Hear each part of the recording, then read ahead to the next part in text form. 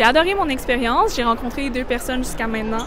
C'est la première fois que j'entendais parler de ça, livre vivant. J'ai trouvé ça vraiment, vraiment enrichissant de pouvoir parler avec des gens qui ont vécu des situations que souvent on a l'impression peut-être d'être seul avec ça, mais non, il y a plusieurs personnes qui vivent avec des troubles de santé mentale. Puis c'est important de rester informé puis de s'ouvrir à ça parce que non, c'est pas une situation qui est rare.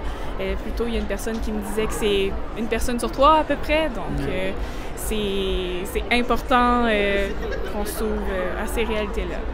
Je me sens bien, je me sens inspirée parce qu'il y a des choses qui ont été dites qui, tu sais, tu peux faire un lien un peu avec ta vie, même si chaque personne est unique et a son histoire. Ça permet un peu d'aller se donner des petits coups de pouce là, sur certaines choses qu'on vit en ce moment. Ouais.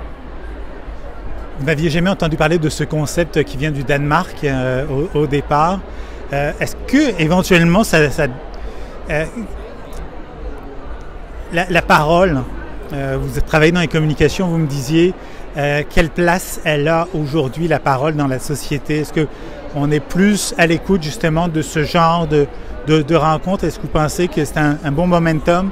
On est à la bonne époque pour être un peu plus attentif, surtout après la pandémie où tout le monde a pu se sentir fragilisé, a pu être en contact avec nos failles.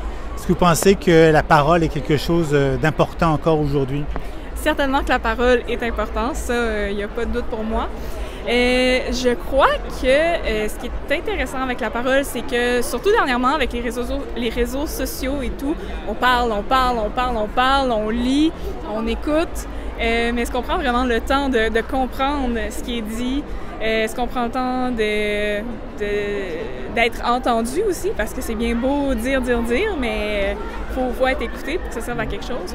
Donc, je pense que des événements comme ça permet peut-être de prendre le temps de s'écouter, prendre le temps de se rendre compte qu'on est capable d'écouter aussi, parce que des fois, être à l'écoute des autres, c'est pas toujours facile, parce qu'on est beaucoup sur nous. Tu sais, en ce moment, c'est difficile, c'est stressant, mais de s'ouvrir aux autres, des fois, ça permet même de se comprendre nous-mêmes. Donc, je pense que la parole peut servir à ça.